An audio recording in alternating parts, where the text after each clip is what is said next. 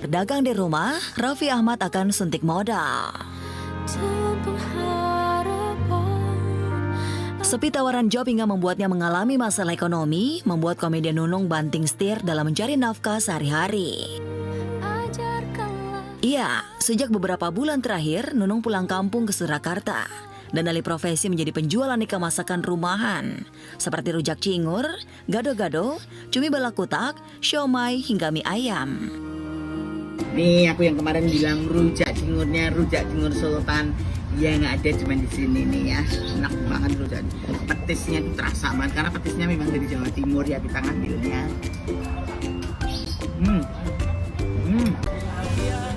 Pemilik nama asli Tri Retno Prayudati ini tak hanya promosi dan menjual saja, tapi juga ada yang dia masak sendiri, masakan rumahan yang dijualnya. Satu di antaranya, cumi balakutak.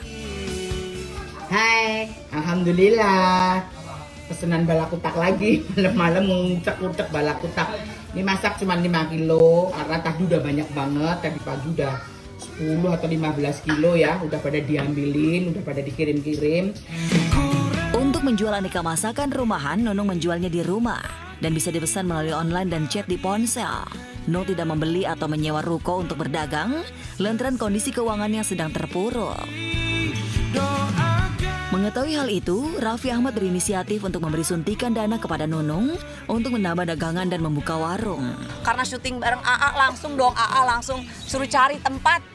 Biar mami itu nggak usah capek jualan online, biar nanti jualannya punya restoran sendiri. Iya, jadi AA langsung kasih perintah untuk mami cari tempat supaya mami tuh punya restoran gitu.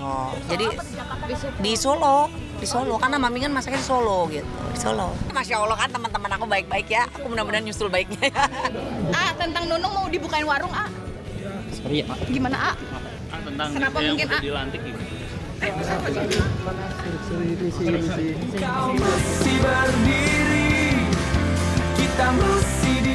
Masalah ekonomi yang dihadapi Nunung tak lepas dari kondisi kesehatan yang terganggu, seperti mengidap kanker payudara dan katarak.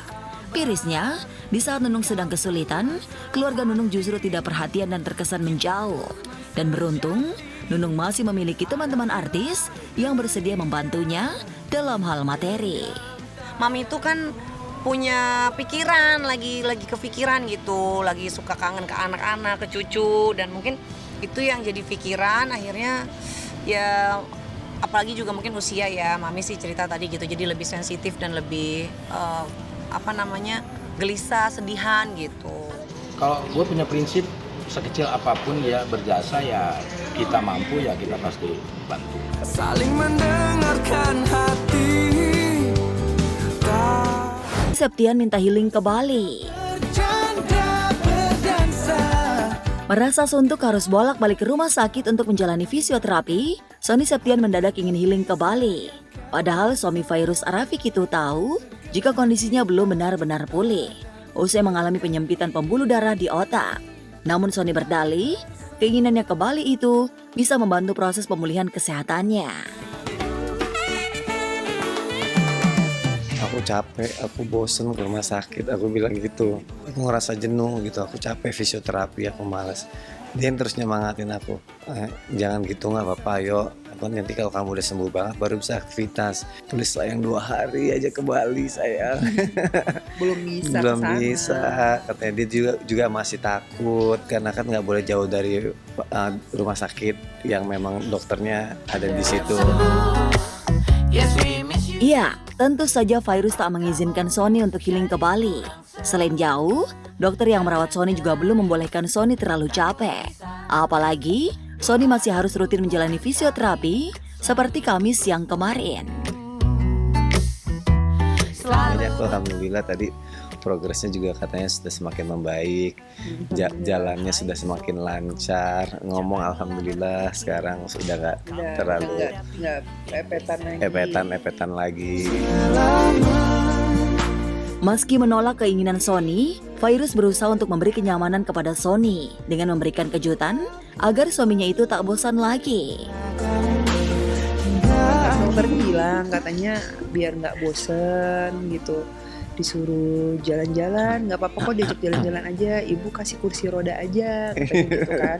Tadi aku beliin dia kursi roda, Iya. gitu. Aku bilang sama dia, ntar pakai aja kursi rodanya traveling gitu sih kecil, jadi kalau kemana-mana dibawa-bawa gampang.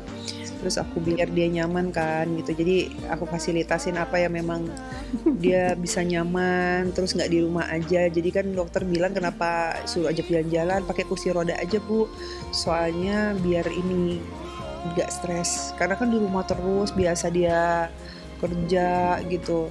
Nah terus sekarang di rumah. Sementara itu, sang kakak Elma Teana yang dijumpai saat mengisi sebuah acara santunan anak yatim di Serpong, Tangerang mengaku senang dan bersyukur dengan perkembangan Sony. Elma pun berharap agar Sony lekas pulih seperti sedia kala. Sony alhamdulillah sudah memasuki fase yang lebih baik gitu ya. Aku lihat sudah bisa podcast, bisa kesana kemana, cuma memang nggak boleh terlalu capek gitu.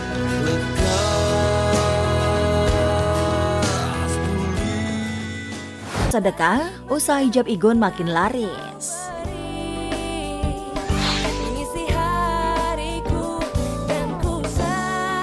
Presenter sekaligus desainer Ivan Gunawan mengaku sangat bersyukur atas keberkahan yang kini tengah dialaminya. Pria bertubuh Tambun itu kini telah kembangkan kerajaan bisnisnya, store hijab miliknya sampai cabang ke-19. Alhamdulillah hari ini toko ke-19 yang aku punya. Ini kita punya polos yang warnanya juga alhamdulillah lengkap, ya kan. Nah tapi yang lagi best seller banget itu adalah Bergo instan aku yang super lembut, super enak banget. Ada bagian pipi ini nih masih termasuk aurat, jadi banyak yang diperlihatkan. Nah ternyata aku buat dengan model seperti ini banyak yang lebih senang gitu karena auratnya lebih terbuka. Sebenarnya nggak cepat, store ke-19 itu kan kurun waktunya 7 tahun. Jadi target utama tuh sebenarnya First City. Nah sekarang target kita ada di Second City. Jadi alhamdulillah semakin banyak yang menggemari karya saya. Cintailah cinta mereka. Igun pun senang karena dapat wujudkan mimpinya membangun lapangan pekerjaan. Ya berkat followers aku juga, ternyata usaha aku itu sesuai targetnya. Memang market hijab itu ternyata diminati gitu kan. Jadi ya aku selalu bersyukur aja sih gitu, apa yang karya apa yang aku buat itu bisa kemakan sama customer, orang juga suka, aku bisa bersaing dengan brand-brand yang lain juga.